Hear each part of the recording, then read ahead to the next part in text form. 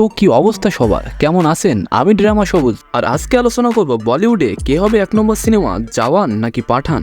প্রথম দিনে শাহরুখের জওয়ান মুভি ভারত ও ভারতের বাইরে ওয়ার্ল্ড ওয়াইড কালেকশন 150 কোটি রুপি। অপরদিকে আমাদেরই শাহরুখ খানেরই পাঠান প্রথম দিন ইনকাম করেছিল 100 কোটি টাকা। তো বস, জওয়ান কিন্তু প্রথম দিনে পাঠানের 100 কোটি রেকর্ড ভেঙে দিল। তো এখন যে গুরুত্বপূর্ণ কথাটি বলবো সেটি শুনলে শাহরুখ খানের ফ্যানদের অবস্থা ঠিক এমনই হবে, এবং শাহরুখ খানের হেটারদের অবস্থা ঠিক এমনই হবে। শুধু ইন্ডিয়া নয়, জওয়ান অস্ট্রেলিয়া, নিউজিল্যান্ড ও ইউকে যে পারফরমেন্স করেছে সেটা শুনলে আপনারা তো বলবেন।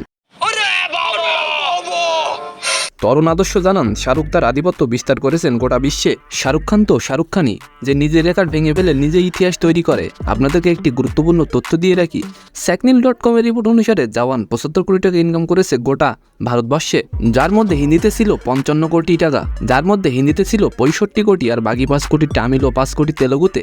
জানলে আপনি অবাক হবেন, কলকাতায় জওয়ানের ফার্স্ট শো শুরু হয়েছিল ভোর 5টায়, আর এই শোটিও ছিল হাউসফুল। আমার মনে হয় কারো কোনো ইম্পর্টেন্ট কাজ থাকলেও ভোর 5টায় কেউ উঠে যেত না, আর শাহরুখ ভক্তরা তো ভোর 5টায় না ঘুমিয়ে জওয়ান দেখেছে।